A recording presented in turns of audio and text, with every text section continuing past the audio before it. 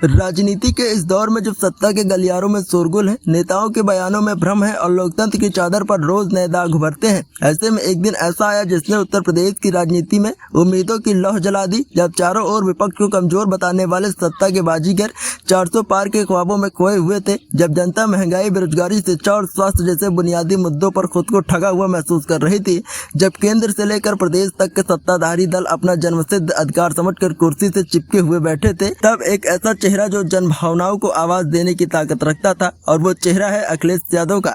जिस तरह बीजेपी के प्रवक्ताओं को मणिपुर से लेकर लखनऊ तक हर सवाल पर जवाब देने के लिए नेहरू का नाम याद आता है, उसी तरह अब जनता को भी याद आने लगा है कि असली विकल्प कौन है। क्योंकि बीजेपी के राज में लोकतंत्र सिर्फ टीवी डिबेट का मुद्दा बनकर रह गया है, जहां एंकर चीखता है और सवाल पूछने वाला देशद्रोही कहलाता है। मगर जनता अब जान चुकी है कि भाषणों से पेट नहीं भरता, घोषणाओं से रोजगार नहीं आता और मंदिर मस्जिद की राजनीति से भविष्य नहीं बनता। और इसलिए जब अखिलेश यादव का 52वां जन्मदिन आया तो यह महज एक व्यक्तिगत उत्सव नहीं बल्कि राजनीतिक चेतना का प्रतीक बन गया। समाजवादी पार्टी के मुखिया और पूर्व मुख्यमंत्री अखिलेश यादव का जन्मदिन इस बार एक बड़े संदेश के साथ आया। सिर्फ मिठाई बांटी गई हो ऐसा नहीं, बल्कि एक नई उम्मीद का संचार हुआ। जब पार्टी के कार्यालय पर कार्यकर्ताओं का हुजूम उमड़ा, नारे लगे और पोस्टर बैनर से लखनऊ सजा, तब ये साफ हो गया कि समाजवादी पार्टी न केवल जिंदा है बल्कि जनता के बीच फिर भरोसे की दीवार बन रही है। इस मौके पर बधाई देने वालों की कतार बीजेपी के नेताओं की कृत्रिम मुस्कान तो नहीं थी, मगर विपक्षी नेताओं की सच्ची भावनाएं जरूर थी। चाचा शिवपाल यादव जो कभी नाराज रहे, कभी दूर रहे, अब न केवल लौटे हैं बल्कि पूरे आत्मविश्वास के साथ बोले कि अखिलेश यादव ही उत्तर प्रदेश के अगले मुख्यमंत्री होंगे।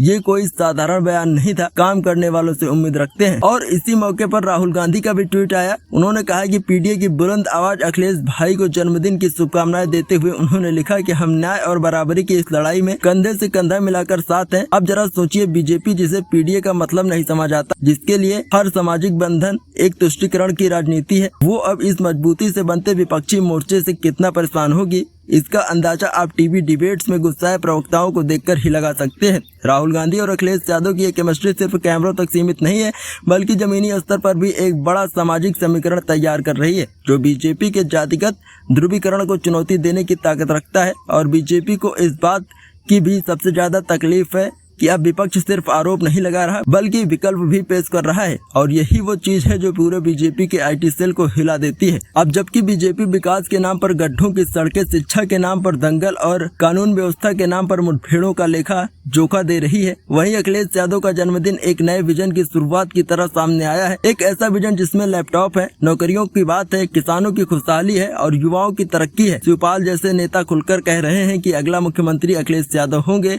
तब ये बात महज भावनात्मक समर्थन नहीं बल्कि जमीनी हकीकत का पूर्वाभास कराती है। आखिर कब तक जनता डबल इंजन के नाम पर ठगी जाती रहेगी?